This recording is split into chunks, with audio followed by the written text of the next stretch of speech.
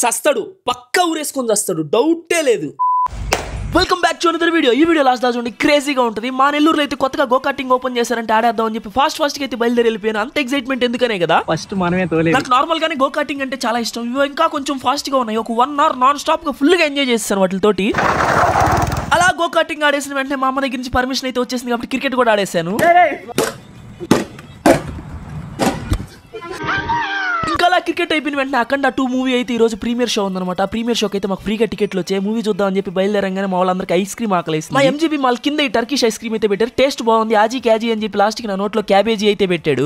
పెత్రేషాలు వేసి మొత్తం మూవీకి వెళ్ళేసరికి మూవీ కూడా స్టార్ట్ అయిపోయింది. మూవీ అయితే చాలా బాగుంది. ఫుల్ గా వైభవం. బాలయ్య బాబు డాన్స్ అయితే అదిరిపింది. యాక్టింగ్ కూడా కేక. మంచి మెసేజ్ అయితే ఉంది ఈ మూవీలో. అన్ని కాదు, బాలయ్య బాబు ఫైట్ లో ఇంకా కొన్ని సీన్ల గురించి అయితే చెప్తాను. యాజ్ ఏ మూవీగా కేక నార్మల్ గా మాట్లాడుకుందాం. న్యూటన్ గ్రావిటీ అని పెట్టాడు కదా యాపిల్ చెట్టు కింద కూర్చొని. ఇదే మూవీగా న్యూటన్ గాని చూసాడు అనుకో, అదే యాపిల్ చెట్టుకి సస్తడు పక్కా ఊరేసుకొని వస్తాడు, డౌటే లేదు.